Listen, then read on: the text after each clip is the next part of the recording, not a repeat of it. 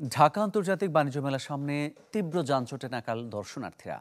টাকার বিনিময়ে সড়কে গাড়ি পার্কিংয়ের কারণে এমন পরিস্থিতি সৃষ্টি হয়েছে, যার পেছনে রয়েছে নারায়ণগঞ্জ জেলা পুলিশের প্রায় কোটি টাকার ব্যবসা।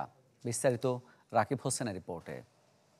আর কাবেল বাংলাদেশের একমাত্র ইউএল এবং ভিডি সার্টিফাইড কেবল, যা এ গ্রেড এলএমই রেজিস্ট্রেশন। বাণিজ্য মেলার সামনের সড়কে এমন যানজট যা নষ্ট করছে সময় আর মেলায় আসার আনন্দ। অস্বাভাবিক এই যানজটের কারণ অনুসন্ধানে সামনে আসে পুলিশের গাড়ি পার্কিং ব্যবসা।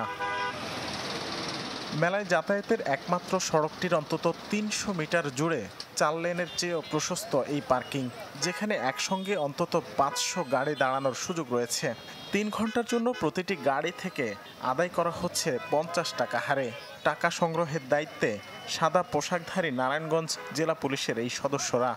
আমরা এখানে দাঁড়ামো স্পেস নাই, দুর্বল ধরেছে, জাম ঠেলতেছি, কিন্তু ওরা টাকা লেখা পাগল হয়ে আছে। পুলিশ তো পুলিশই ৫০ টাকা নিচ্ছে আর কোনো সার্ভিসও দিচ্ছে না। আমাকে বলতেছে হেলমেট যদি চুরি হয়ে যায় ওরা দায়িত্ব নিতে পারবে না। এরকমের পার্কিং আমাদের ১টা ২টা ৩টা ৪টা ৫টা আছে।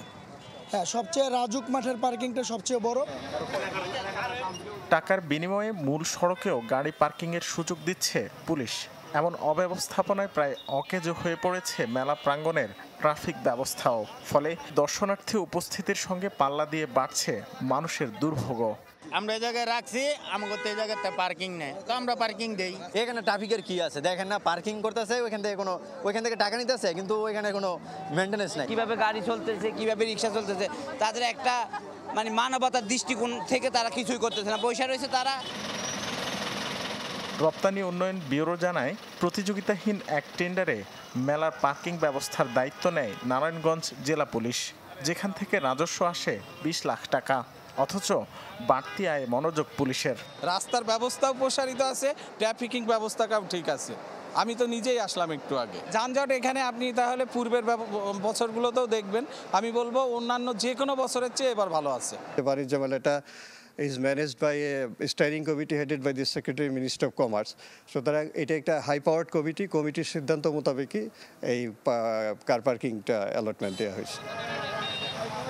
দর্শনার্থীদের দুর্ভোগ কমাতে আগারগাঁও থেকে পূর্বাচলে স্থানান্তর হয়েছিল ঢাকা আন্তর্জাতিক বাণিজ্য মেলা।